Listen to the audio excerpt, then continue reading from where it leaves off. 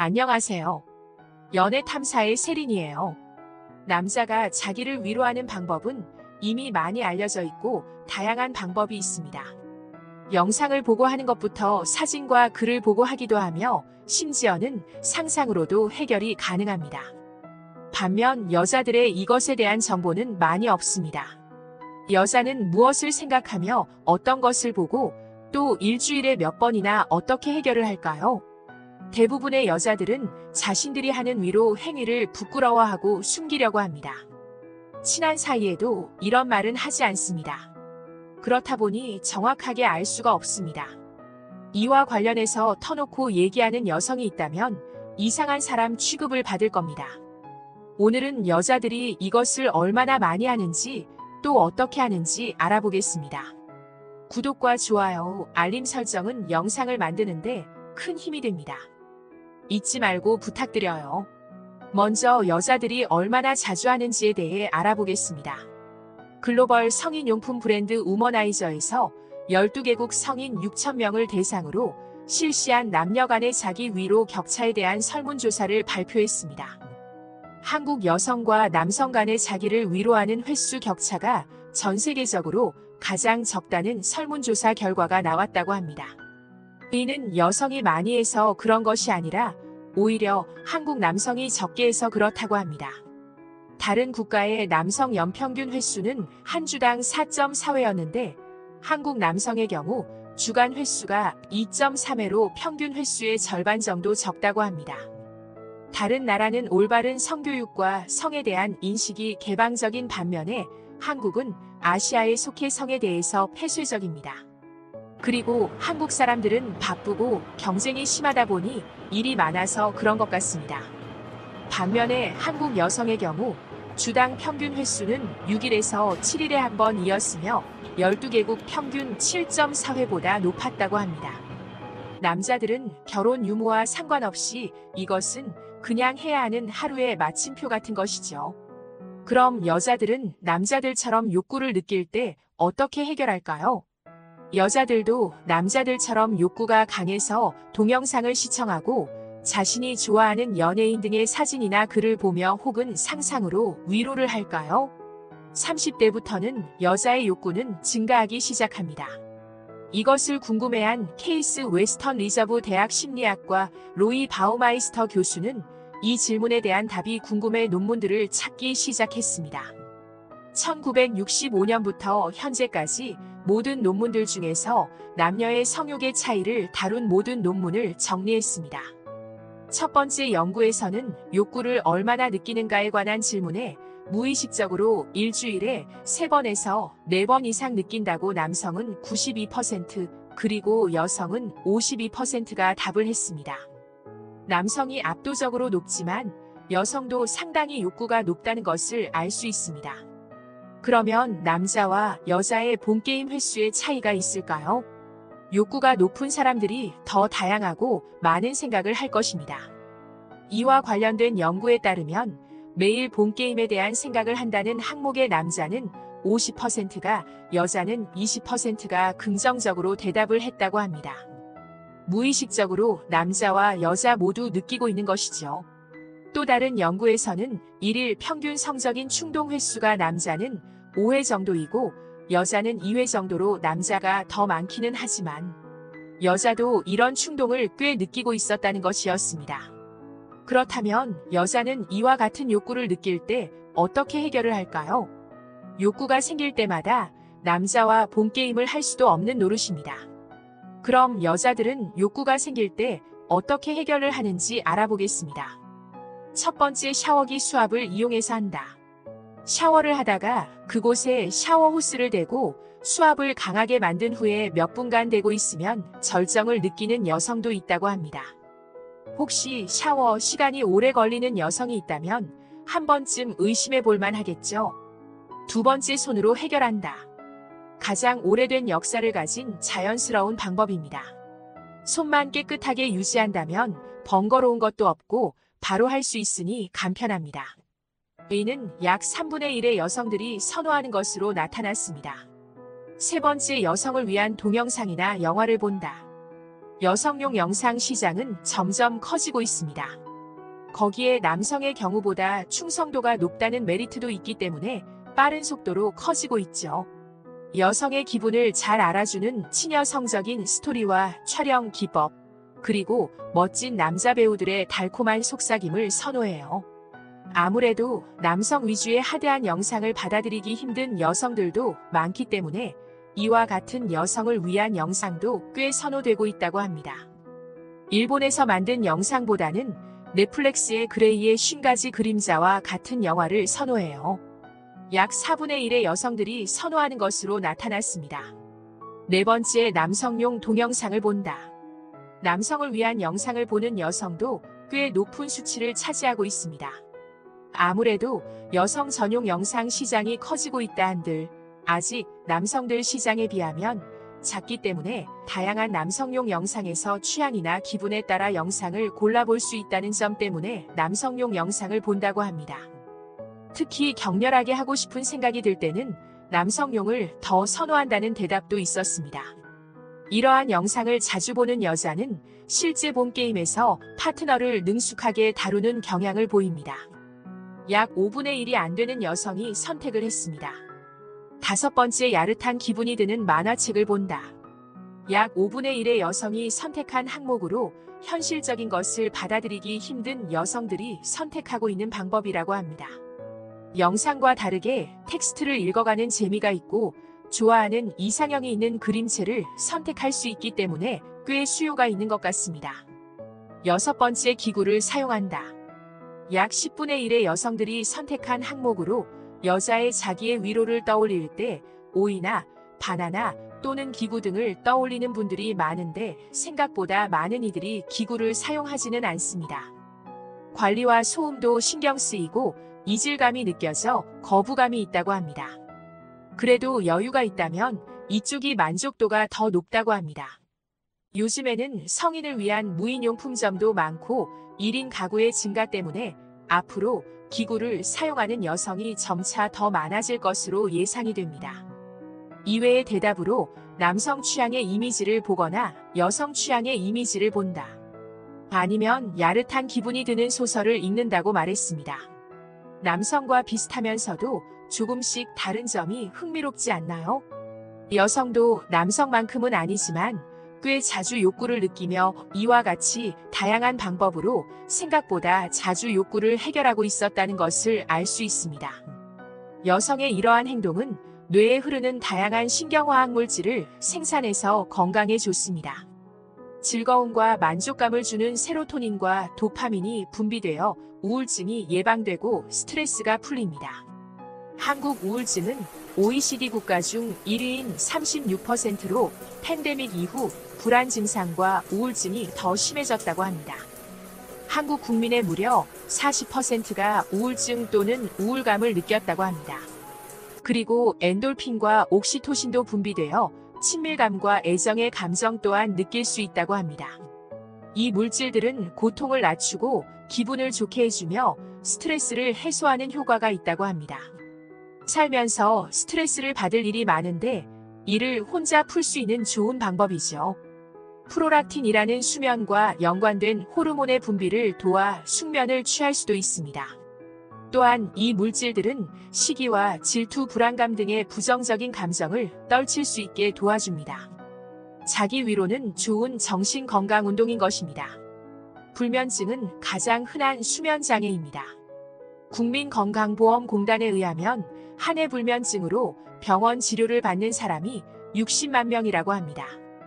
2015년에 51만 명에서 불면증 진료를 받는 사람의 숫자는 점점 늘어나고 있습니다. 65세 이상 노년의 경우 40%가 수면 문제를 호소하며 노년으로 갈수록 젊은 사람보다 더 자주 발생하며 젊은 불면증 환자도 늘어나는 추세라고 합니다. 이런 불면증 치료와 예방에 도움이 되고 긍정적인 호르몬이 뿜어져 나오는 자기 위로를 안 할 이유가 없겠죠.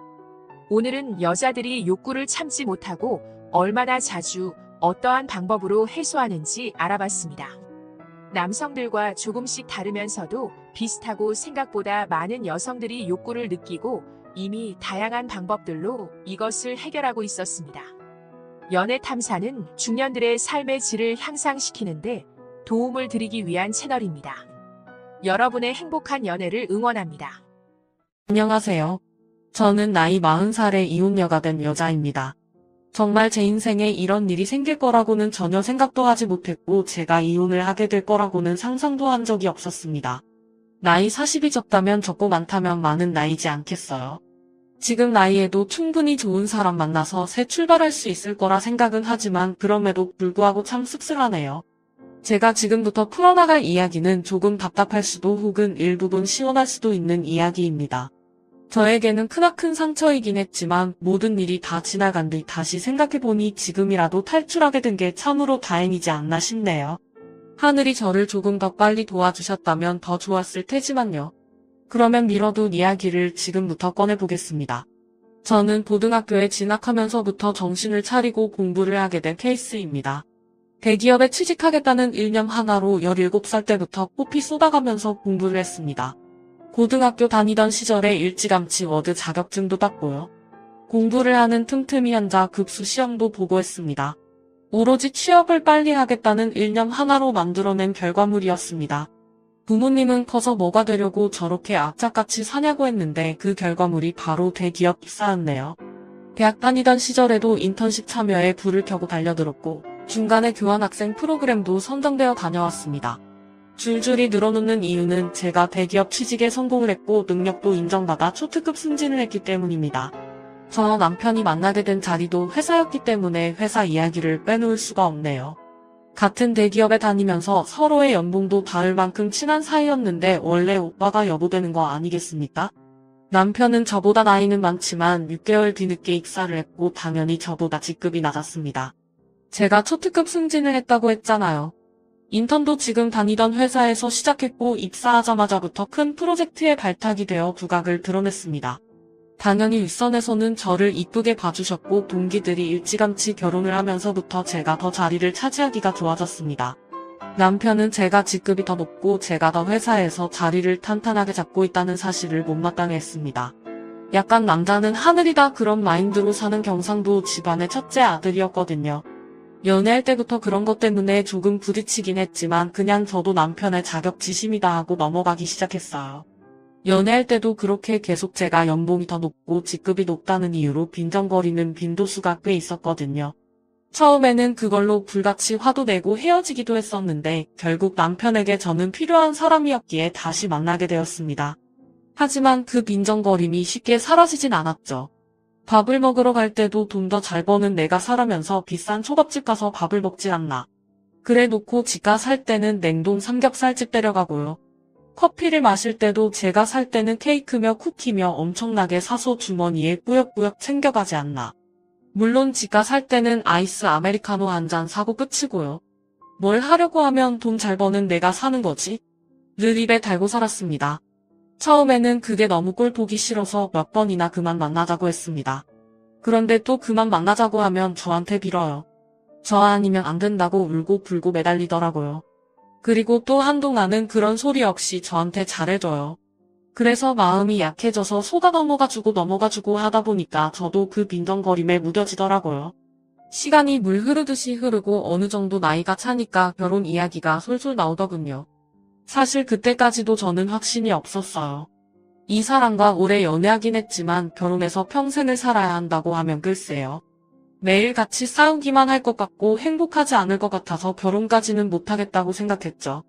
그런데 양가의 생각은 조금 달랐습니다. 시댁에서는 똑부러지고 할 일 잘하는 제가 꼭 며느리가 되었으면 한다고 몇 번이나 저를 붙잡았고요. 저희 집에서는 성격 더러운 저를 받아줄 사람은 남편뿐이라는 이유에서 결혼을 서둘렀습니다. 동기들은 죄다 결혼해서 애가 둘이고 셋인데 저는 아직 시집도 못 갔으니 조바심이 날 수밖에 없었을지도 모르죠. 그렇게 제 의사와 상관없이 결혼식 준비가 한창일 때도 남편은 저에게 모든 걸 떠맡겼습니다. 그때 저는 큰 프로젝트의 중심에 있었기에 시간이 매우 부족했음에도 불구하고 남편이 모든 걸 저에게 맡기는 바람에 결혼식 준비까지 해내야만 했어요. 왜 저한테 오롯이 다 맡겼는지 궁금하시죠? 제 취향이 까다롭거나 신부가 제일 빛나야 하는 자리니까 그런 이유도 아니고요. 단지 제가 더 돈이 많다는 이유였습니다. 돈 많은 사람이 결정권을 가져야 편하다고 지는 손 놓고 있었던 거죠. 저는 그런 남편을 전혀 이해할 수 없었고 속으로 정말 욕도 많이 했지만 좋게 생각하려고 노력했습니다. 이미 주위에도 결혼한다고 소문이 다 났고 제일 중요한 회사에서도 소문이 다 났기 때문에 이제 와서 모르기에 늦었다고 생각한 거죠. 저에게도 체면이라는 게 있으니까요. 결혼은 반반 결혼하자고 했더니 대출은 제 이름으로 받자고 하더군요. 이유는 당연히 제가 더 잘 벌기 때문이죠. 소식을 들은 친구들이 제가 아깝다면서 저를 뜯어말리기까지 했습니다. 딱 봐도 생긴 게 종팽이 같고 속도 좁아 보이는데 그런 지옥구덩이에 가냐고 하면서요. 결혼을 한 친구들은 저에게 평생 비혼으로 커리어 지키면서 살 줄 알았다고 결국 너도 어쩔 수 없이 시집을 가는구나 하면서 안타까워했어요. 그 이야기를 듣자마자 경력 단절이 막 떠오르면서 파혼할까 싶기도 했습니다. 저도 매일 밤잠을 못 잘 정도로 엄청난 고민을 했어요. 근데 제가 이런 고민을 하는 게 티가 났는지 제 눈치를 보면서 저한테 엄청 헌신하는 척 하더라고요. 평소에도 제 기분이 나빠 보일 때 열심히 옆에서 비위를 맞춰주는 사람이긴 했거든요. 뭐 결혼 준비하면서 스트레스 받나 보지 싶었는지 뜬금없이 꽃다발을 선물로 주기도 하고 비싼 레스토랑에 데려가기도 하고요. 평소에는 선물하지 않던 비싼 브랜드의 목걸이도 선물을 해주더군요. 솔직히 그런 선물 받으니까 싫진 않았어요. 부모님 말씀대로 제 성격을 이만큼 받아줄 사람이 어디 또 있겠냐 싶기도 하면서 그냥 다들 이렇게 살겠지 하는 마음으로 결혼식까지 진행했습니다. 결혼식을 진행할 때부터 맡고 있던 프로젝트에 갑자기 스폰이 붙으면서 점점 규모가 커졌어요. 정말 신혼이라는 걸 까먹을 정도로 바빠서 회사에서 숙식을 해결해야 할 때도 있었습니다. 야근은 밥 먹듯이 하고 주위에서도 기대감이 엄청나게 컸습니다. 남편은 제가 집에 들어오지 않는 것에 대한 불만보다 제가 그 큰 프로젝트의 주축이라는 걸 더 국가화했어요. 이제 혼인신고도 했겠다 저에 대한 자격지심을 숨기지 않고 드러냈습니다. 그게 불과 결혼한 지 3개월 만에 일어난 일이었습니다. 8개월간 이뤄진 큰 프로젝트는 엄청나게 성공한 채로 끝났습니다. 그래서 저는 성과급도 정말 상상할 수 없을 정도로 많이 받았고요. 승진 자리도 내정되었다는 소리를 들을 정도로 축하를 받았습니다. 당연히 임원급 사람들에게 들은 이야기였기에 제 승진에 토를 달 사람은 한 명도 없었습니다. 그런데 그 이야기가 남편의 부서까지 흘러들어갔고 직원들이 남편에게 축하한다고 했나봐요. 성과급도 많이 받고 승진까지 따나온 당상이라며 결혼하고 아주 잘됐네 이런 식의 칭찬이요. 자격지심이 강한 남편이 그 소리를 과연 곱게만 들었을까요? 그날 이후로 남편은 집에서든 회사에서든 저를 경쟁의 상대로 보는 건지 뭔지 저에게 아주 기분 나쁜 티를 팍팍 냈습니다. 예를 들면 회사 일에 미쳐서 집안일은 전혀 돌보지 않는다고 이야기를 하지 않나, 시댁에 전화 걸어서 제가 밥 한 끼 안 차려준다고 욕을 하지 않나, 그렇게 하면 시모가 저한테 전화해서는 진짜 결혼해서 밥 한 번 안 차린 게 맞냐고 물어보기까지 했어요. 아니 회사 일이 바쁜데 어떻게 합니까? 저는 정말 제 명예를 위해서라면 어떤 일이든 해낼 수 있었거든요. 고등학교 입학할 때부터 목표에 두었던 대기업 입사였는데 당연히 밥 차릴 시간에 프로젝트 하나 더 따낼 생각을 해야 되지 않겠어요. 저는 남편에게도 솔직하게 이야기했어요. 나에게는 뚜렷한 목표가 있고 그걸 해내기 위해서는 밥 차리는 시간까지 모조리 회사에 쏘고 싶다고요. 남편은 대인배인 척 알겠다고 했지만 그걸 빌미로 시댁에 저를 욕하고 싶었던 거였겠죠. 저는 시댁에 제 욕을 했다는 것 자체를 이해하지 못했고 그걸로 남편과 저는 조금 싸우게 되었습니다. 한창 좋아야 할 신혼에 부부싸움이 잦으니 정말 지치더라고요. 결혼한 지 6개월도 안 돼서 이혼하는 부부도 있나 인터넷에 검색까지 해봤다니까요. 그렇게 서로 마주보고 밥도 안 먹고 지내기를 반복하다 남편이 저에게 이야기를 좀 하자고 하더군요. 그래서 못 이기는 척 화해를 해야겠다 싶었는데 남편은 저에게 아주 기가 막힌 이야기를 했습니다. 너 사업을 해볼까 하는데 어차피 대기업에 다녀도 당신보다 벌지도 못하니까 회사 때려쳐도 되지 않을까. 당신이 버는 돈이면 우리 둘 먹고 사는데 문제 없으니 더 늦기 전에 도전하고 싶어. 그게 무슨 귀신 씨나라 까먹는 소리야? 지금 우리가 대기업에 다니고 둘 다 맞벌이를 하니까 돈도 모으고 대출도 받고 안정적인 거지. 당신이 여기서 그만두면 우리 당장 대출 갚는 것도 힘들어질 텐데. 저는 남편을 뜯어 말려야만 했습니다. 객관적으로 보나 주관적으로 보나 남편은 그냥 남 밑에서 시키는 일이나 잘하고 사는 게 적성에 맞는 사람이거든요. 프로젝트에 투입되었다가 일이 끌려다니고 저리 끌려다녀서 잘린 것만 2번 봤는데 뭘 믿고 사업을 한다는 건지. 솔직히 사업을 한다 치면 저 같은 사람이 하는 게 더 어울리거든요. 제가 반대를 하고 나서자 남편이 또 뾰루퉁한 얼굴이 되길래 일단 구체적인 사업 계획이나 들어보자 했습니다. 이 사이트 보이지?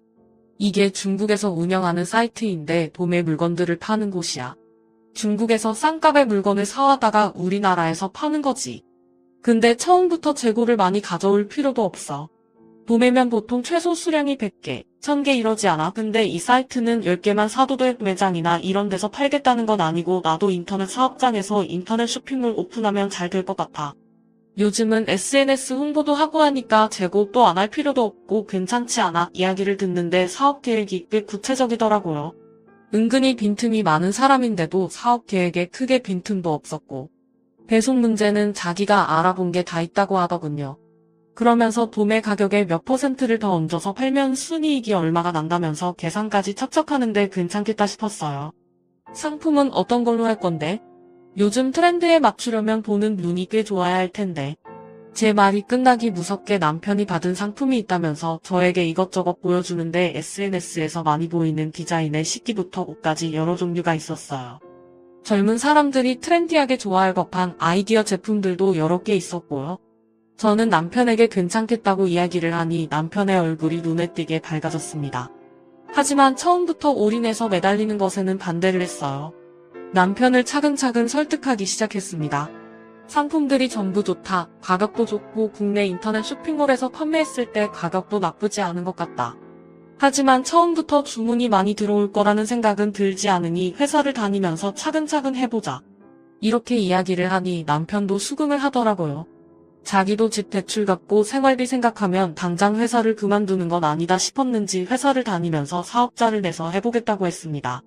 그렇게 남편에게 나름 용기를 북돋아 주고는 저희도 화해를 했어요. 그동안 서로 서운하게 해서 미안하다. 나도 가정을 챙기겠다. 너도 자격지심 그만 부려라 하면서요.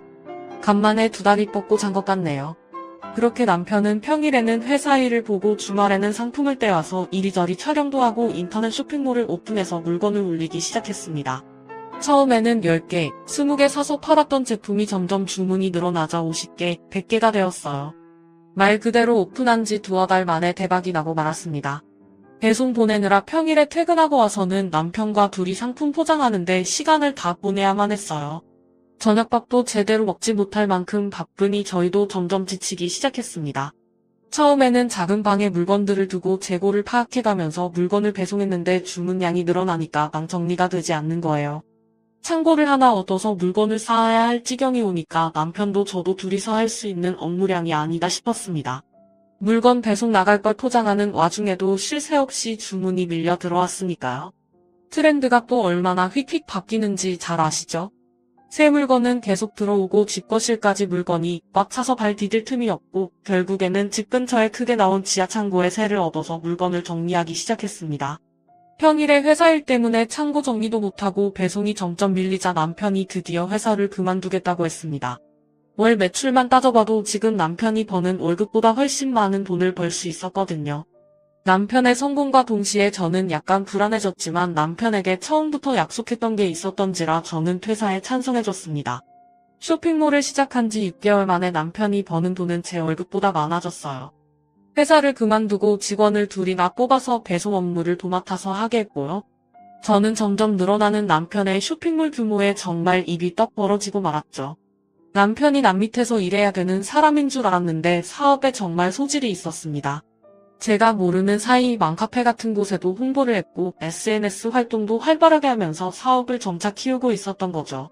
대기업을 퇴사할 때도 조금은 섭섭해할 줄 알았는데 시원한 마음만 가득하다면서 정말 행복해했습니다. 그런 남편의 모습을 보면서 정말 용기 있는 선택이라고 생각했고요. 그런데 남편이 저보다 월급이 많아지고 사장님 소리도 듣고 장사가 정말 잘 되니까 점차 저에게 으스대기 시작했어요. 카드 하나 띡 던져주면서 앞으로 생활비는 본인이 책임지겠다면서 제가 버는 돈은 푼돈이니까 전부 저금을 하라는 거예요. 은행에 가서 펀드 가입도 하나 하고 적금도 들으라고 종용했어요. 그러면서 자동이체까지 걸어버리고 저한테 앞으로는 가계부도 쓰고 버는 돈 전부 모으고 있는지 확인하겠다고 저를 울다매는 거예요. 그 전까지는 제가 버는 돈이 더 많으니까 제가 옷을 사거나 가방을 사는 것에 뭐라고 한마디도 못하더니 월급이 역전되니까 저한테 그런 거 하나하나 허락받고 사라고 간섭을 하는 거죠. 하지만 저희도 대출금도 갚아야 하고 나중에 아이도 가질 계획이었으니까 돈을 모아야 한다고 생각을 했어요. 그래서 남편 말도 일리가 있다고 생각하고 돈을 모으기 시작했습니다. 본인이 받은 퇴직금은 투자를 하겠다며 주식에 다 쏟아부었습니다. 저는 그 돈으로 차라리 사업을 더 키워보라 했지만 지금도 충분히 버는데 더 키워봤자라며 제 말을 무시하더군요. 솔직히 저는 주식이 좀 무서웠거든요. 한 방에 돈을 다 잃어버릴 수도 있으니까요. 남편은 은근히 투자에 눈이 밝은 사람이었어요. 저를 은행에 데려가서 펀드 계좌를 만들게 했을 때는 손해가 날 수도 있다고 해서 겁먹었는데 남편이 골라준 종목마다 다 오르더군요. 남편의 퇴직금으로 쌓아올린 주식도 꽤 수익이 났다고 했어요. 뭐 제가 눈으로 직접 본 건 아니니까 진짜인지 아닌지는 모를 일이지만요. 그래도 똑부러지게 잘하니까 저도 점차 남편에게 의지하기 시작했습니다. 그러던 어느 날 남편이 직원 2명으로도 물건이 감당이 안 된다면서 직원을 더 늘리겠다고 하더군요. 원래 저와 일일이 상의하던 사람이었는데 장사가 잘 되고 주위에서도 사장님 하니까 이제는 일방적인 통보를 했어요. 어차피 제 사업 아니고 저는 대기업에서 여전히 일을 하고 있었기에 서운하진 않았지만요. 처음에는 시부와 시모도 남편을 도와서 배송 물건을 포장하고 했었는데 자꾸 실수를 하신다는 거예요. 저는 그래도 시부모에게 용돈 줄 명분도 생기고 천천히 확인하면서 일하면 되지 않냐고 시부모랑 함께 하라고 했어요. 근데 남편이 저에게 버럭 화를 내더라고요. 우리 부모님한테 내가 용돈 주겠다는데 너 지금 그거 고가워서 우리 부모님 일 시키려고 하는 거냐고요. 저는 그런 뜻이 아니라고 이야기했죠. 어차피 퇴직하셔서 심심하실 텐데 아들 사업도 도와주고 같이 있는 시간을 늘리면 서로에게 좋지 않겠냐고 했는데도 남편은 제 말을 듣지 않았어요. 그저 시부모를 부려먹지 못해서 안달난 며느리처럼 저를 바라보았습니다. 억울했지만 뭐 어떻게 하겠어요. 자기 사업이고 자기가 알아서 하겠다면서 저를 완전히 배제시키는데요. 그러더니 새 직원을 뽑았다고 하더군요. 어린 여자애 하나와 군대에 다녀온 남자애 하나였어요. 남자애는 물건 정리하고 재고 관리하고 배송 업무만 도와주러 오시는 아줌마 셋과 함께 포장 업무를 했고요. 여자애는 사무실에서 주문도 받고 문의글 같은 거 답변도 해주고 전화 상담도 하는 그런 업무를 도맡아 한다고 했어요. 남자 직원은 창고에 상주했고 남편이랑 여직원은 칸으로 나눠진 사무실에서 컴퓨터 업무를 본다고 했습니다. 포장 직원 아줌마들도 매일 같이 와서 4시간씩 포장을 할 정도였으니 규모가 정말 커지긴 했죠. 저는 그 와중에 회사 업무를 봐야 하니까 일일이 신경을 쓰지 못하고 있었어요. 대기업이라는 게 그렇게 녹록지 않거든요. 제가 딴짓할 수 있는 시간을 전혀 주지 않았기에 저는 평일에 월차를 내지 않고서야 남편 사무실에 가볼 수가 없었죠. 그리고 남편은 제가 일단 남편 사업장에 가서 참견하는 행위 자체를 싫어했습니다. 직원들을 새로 뽑고 몇 개월이 지나서 제가 회식이라도 해야 되는 거 아니냐고 퇴근하고 들리겠다고 하니까 완전 반대를 하더군요. 사장이 있는 것도 눈치 보일 텐데 사장 부인까지 온다고 하면 애들 기죽 낸다고요. 아니 뭐 제가 애들 잡아먹는 것도 아닌데 그렇게 말하니까 좀 그렇더라고요. 제 월급을 전부 적금과 펀드에 쏟아붓고 있었잖아요. 그러다 보니 제가 성과급을 받지 못하면 개인적으로 쓸 수 있는 돈이 없더라고요. 이미 예전부터 모아두었던 돈은 집대출금 갚는 데 쏟아부었고 이전에 받은 성과급으로는 이미 가방도 사고 부모님 용돈도 드렸고요. 회사 일에 매진해봐야 월급 통장으로 돈이 들어오면 전부 다른 계좌들이 퍼가야 하니까 제 개인 돈이 없는 거예요. 있는 거라곤 달랑 남편이 준 카드 하나뿐이었어요. 그래서 어쩔 수 없이 남편 카드로 팀원들한테 커피를 하루 쏜 적이 있었어요. 제가 써야 할 차례이기도 했고 제 승진이 코앞이었던 터라 기분 낼 겸 썼습니다. 그런데 카페에서 5만원 정도 긁고 나니까 남편한테 바로 전화가 오는 거예요. 무슨 카페에서 뭘 먹었길래 5만원씩이나 나오냐고 저한테 잔소리를 막 하는 거 있죠. 저는 너무 당황스럽고 또 한편으로는 수치스러운 마음이 들었어요.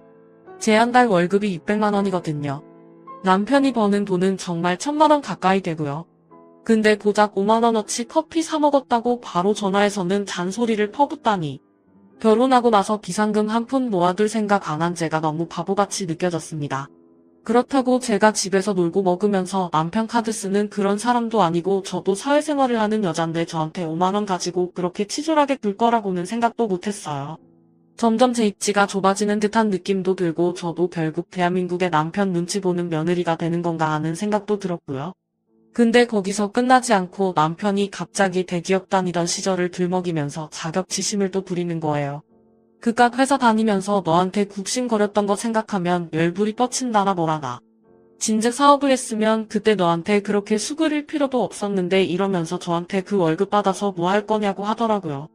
고작 600만 원 벌면서 언제 벌어서 언제 쓰냐고. 저는 진짜 그 말을 듣는데 아니 이 사람이 돈 좀 번다고 이렇게 달라질 수 있나 싶었습니다. 사업 시작한 지 1년도 안 된 사람이 너무 기고만장하다는 생각이 들었어요. 저한테 대기업 다니는 거 아무짝에도 소용없다면서 차라리 때려치우고 자기 일을 도우라는 거예요. 아시다시피 제 팀장 직함이 눈앞에 바로 있고 제 일에 얼마나 자존감이 넘치는지도 아는 사람이 저한테 저러니까 너무 짜증났어요. 그래서 저도 지지 않고 말했죠. 당신이 회사 다닐 때 성과를 못 내서 그만큼 벌었던 거지 나는 잘나서 잘 번다고. 누가 요즘 월급쟁이로 600만 원이나 벌겠냐고 나 팀장 달면 연봉 더 오르는 거 알고 있냐고 하지 말아야 할 말까지 해버렸죠. 당신 사업이 언제까지 잘 될 것 같냐고요. 그 말에 남편이 거품 물고 저한테 막 달려들었어요. 사업 망하라고 고사 지내는 거 아니냐 자격지심 있는 거 아니냐면서 저한테 따지더라고요. 자기 사업 잘 되니까 배 아픈 거냐면서 애초에 사업 못하게 하려던 것도 저한테 굽신거리는 꼴 평생 보고 살고 싶어서 그러는 거 아니냐고. 아니 제가 사업이 잘 될지 안 될지 어떻게 알고 그런 생각을 하겠어요. 저도 말이면 단줄 아냐고 엄청 소리 높여서 이야기를 했고 결국 둘 다 부부싸움에 지쳐서 말도 안 하고 살게 되었습니다. 여자가 말이야 남편 사업장 돕는 게 내조야 내조 언제까지 그 사업이 잘 되기만 할 것 같아. 당연히 고정 수입이 있어야지. 누구 하나가 잘 벌고 못 벌고가 중요한 게 아니라 어쨌든 먹고 살아야 할 고정 수입은 필요하지 않겠냐고. 내가 생활비도 넉넉하게 주고 있잖아. 카드 하나 던져주고 내가 뭘 사 먹는지까지 일일이 체크하면서 뭘 넉넉하게 준다는 거야. 나도 내 돈 다 묶여있지만 않으면 당신 돈 안 쓰고도 살 수 있어. 그날 이후로 남편과 저는 대화를 하지 않게 되었어요. 어차피 입을 열어봐야 서로 상처 주는 대화만 하게 되었으니까요. 그렇게 한 달을 넘게 냉전 상태를 유지하고 지냈는데 어느 날 남편이 직원들이랑 회식을 하고 늦게 들어오더군요. 술에 떡이 되어서 돌아왔는데 현관 입구부터 술 냄새가 나서 제가 눈살을 찌푸렸어요. 정직원이라고 해봐야 남자애 여자애 하나 있는데 무슨 이 시간까지 술을 먹나 싶기도 했고요. 남편에게 질문을 해봐야 술에 취해서 대꾸도 못하고 있길래 현관 앞에 쓰러져 있는 걸 낑낑거리면서 집 안으로 들렸습니다. 그런데 남편의 멱살을 잡고 끌고 가는 와중에 와이셔츠 카락 부분에 여자 화장품이 묻어있는 걸 발견했어요. 이 남자가 여자가 있는 술집이라도 갔다 왔나 싶어서 단소리를 하려고 하는데 인사불성돼서 말귀도 못 알아듣더라고요. 그래서 다음 날이 될 때까지 기다렸습니다. 주말이라 늦게 일어난 남편에게 눈 뜨자마자 추궁을 했어요. 그런데 도대체 어디서 뭘 했길래 와이셔츠에 여자 화장품이 묻어있냐면서 옷을 막 들이밀었더니 획 던지더군요. 그러더니 저한테 짜증을 내면서 아침부터 무슨 소리를 하는 거냐고 어제 여직원 애가 술 취해서 넘어지려는 거 붙잡아 주다가 묻은 거래요. 지도 기억 하나 못하고 만취해서 들어와 놓고 그 상황은 잘도 기억이 났는지 나불나불 거리더라고요. 너무 아무렇지 않게 이야기하길래 의심은 갔지만 그냥 그러려니 했습니다. 근데 그거 아시죠? 한번 의심의 씨앗이 싹 트니까 남편 행동을 주시하게 되더라고요. 남편이 점점 퇴근하는 시간이 늦어지는데 처음에는 그냥 일이 바쁜가 보다 했던 게 의심이 한번 싹 트니까 곱게 보이질 않는 거예요. 휴대폰도 처음에는 대놓고 하던 사람이 점점 숨기면서 보는 것 같다는 기분도 들고요. 그래서 제가 하루 날을 잡고 남편이 잠든 사이에 몰래 휴대폰을 뒤져봤어요. 근데 정말 아무것도 없이 깨끗했습니다. 남편이랑 직원들이 나눈 단체 대화방이나 개인 문자를 뒤져봐도 아무것도 없이 일 이야기만 있었고요. 괜히 의심했던 게 미안해지면서 몰래 본 건 비밀로 해야겠다 싶었습니다. 그러다가 진짜 제 인생에서 가장 잊지 못할 사건이 터졌습니다. 의심을 지우려고 노력한 지 한 달이 채 지나지 않아서 남편이 휴대폰이 사라졌다고 막 집안을 뒤지더라고요. 저도 전화해보고 했는데 어디에서도 남편 휴대폰이 울리지 않았어요. 아무래도 차에 두고 온 것 같다는 소리를 하더라고요. 마트 갈 준비를 하고 있었거든요. 그래서 남편한테 차 키를 달라고 했습니다. 어차피 나 마트 가려고 했어. 당신 차 타고 갔다 오면서 휴대폰 있나 봐줄게. 그러다 남편이 의심 없이 차 키를 저에게 주더라고요. 그래서 남편 차를 찾아서 시동을 걸고 보니 음료 놓는 자리에 휴대폰이 꽂혀 있었습니다. 잃지 못하게 여기다가 두고서는 휴대폰을 그렇게나 찾았구나 싶어서 주머니에 넣고는 마트에 가려고 했는데 갑자기 진동 소리가 들리는 거예요. 제 휴대폰도 주머니에 있는 남편의 휴대폰도 조용한데 진동 소리가 계속 들렸어요. 뭔가 싶어서 소리가 나는 곳을 찾아보니까 차 글로브 박스 안에서 울리더라고요. 그래서 아무 생각 없이 글로브 박스를 열었더니 남편 휴대폰과 똑같은 기종의 똑같은 색인 휴대폰이 하나 더 있더라고요. 순간 등줄기에서부터 소름이 쫙 끼치면서 금기의 열매를 먹은 것 같은 기분이 들었습니다. 발신자를 확인하니 하트라고 되어 있었어요. 저는 덜덜 떨리는 손으로 전화를 받았습니다. 웬 여자가 여보세요 하길래 제가 누구세요? 라고 방문을 했어요. 그러니까 여자가 누구세요? 하는 거예요. 그래서 제가 너 누구냐고 하니까 전화를 말없이 끊더라고요. 그래서 너무 어이가 없어서 남편에게 전화를 하려고 보니 제 주머니 속에 휴대폰이 있잖아요. 쎄한 느낌의 남편 것으로 추정되는 다른 휴대폰을 뒤져보려고 하니 비밀번호가 걸려있더라고요. 이거 분명히 뭐 있다. 남편이 바람난 게 틀림없다 하는 생각이 들었습니다. 마트를 다녀와야 하니까 내비게이션을 딱 켰는데 거기서 또 소름이 돋더라고요. 최근 주소지 검색 목록이 생각나서 그걸 딱 눌렀는데 웬 오피스텔 주소가 엄청 찍혀있는 거예요. 땡땡동 땡땡 오피스텔이라고 적혀있는데 남편 사무실에서 10분 거리거든요. 저는 뭔가에 홀린 사람처럼 남편의 블랙박스를 뒤졌습니다. 블랙박스에 녹화된 목록을 하나하나 뒤져보는데 땡땡 오피스텔 앞에서 찍힌 녹화본이 있더군요. 숨죽여서 화면을 제 휴대폰으로 하나하나 녹화하기 시작했어요. 남편이랑 여자가 오피스텔로 들어가는 모습 전부를 날짜까지 정확하게 보이게 찍었습니다. 찍는 내내 손이 억지나 떨리고 호흡이 가빠지는지 결혼할 때부터 할까 말까 떠밀리듯 결혼한 남편이었지만 바람을 핀다는 게 확실해지니 정말 깊은 배신감이 들었어요.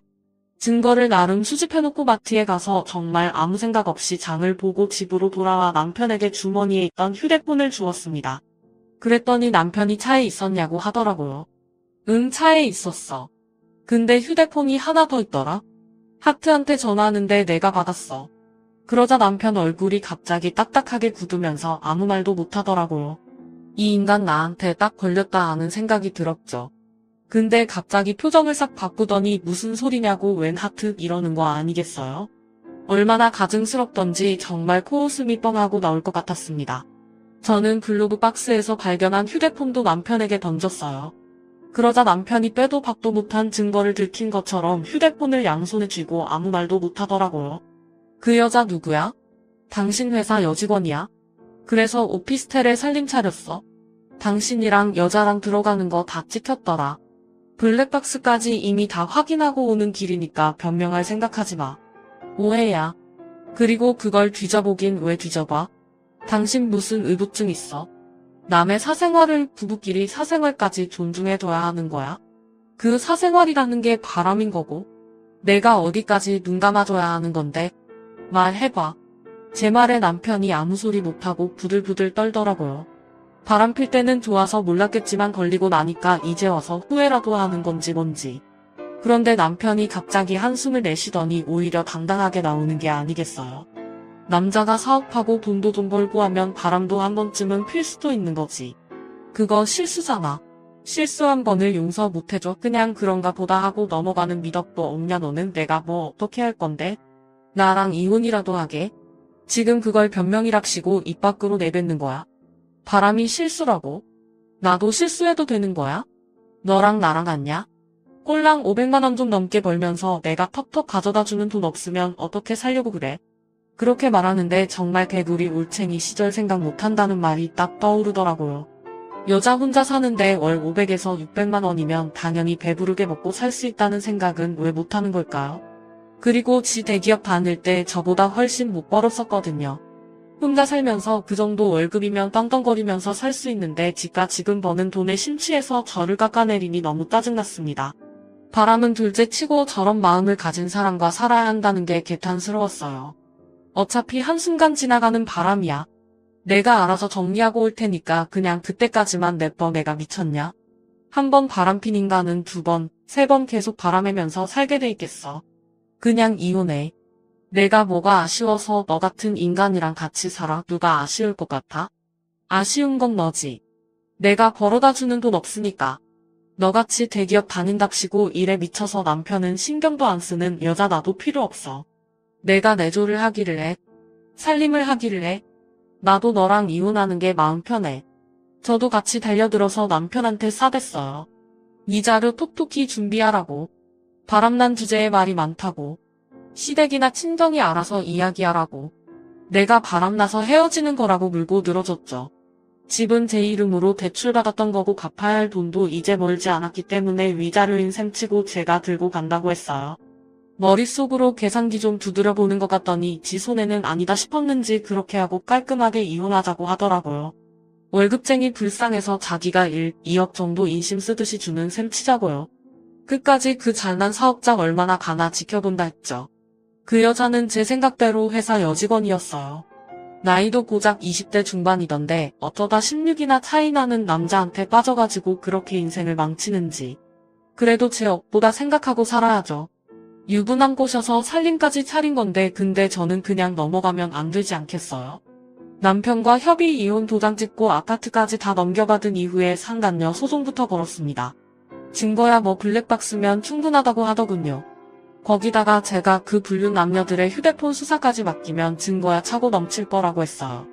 제가 상간녀 소송을 걸고 뒤늦게 남편이랑 상간녀가 송달을 받았는지 전 남편이 저에게 전화가 와서 그 소송 뭐냐고 화를 내더라고요. 상간녀 소송이 상간녀 소송이지 뭐긴 뭐겠어. 저는 그 한마디는 알려주고 두 연놈들의 번호를 차단해버렸습니다. 당연히 증거가 충분했기에 소송에서 저는 이겼고 위자료로 2천만 원을 받게 되었습니다. 물론 그 돈도 남편의 주머니에서 나온 돈이었겠지만 속은 시원하더라고요. 승소문을 프린트해서 그 동네 오피스텔이랑 상간녀의 본집 주소지 근처에 죄다 뿌려버렸습니다. 인터넷에 찾아보니 명예훼손으로 벌려봐야 처음에는 벌금 몇십만 원이 전부라고 하더라고요. 게다가 상간녀 아버지가 교육자라고 했으니 타격은 더 클 거라고 생각했거든요.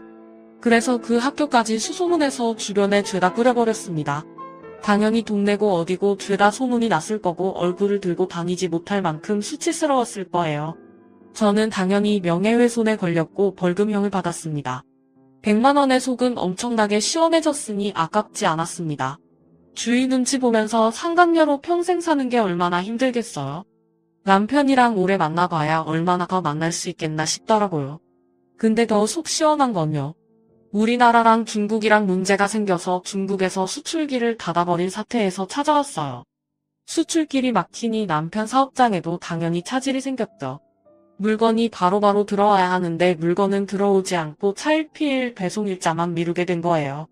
주문이 들어왔으니 고객들은 돈을 다 냈는데 물건은 3주가 지나도 도착을 안 하니까 어떻게 됐겠어요?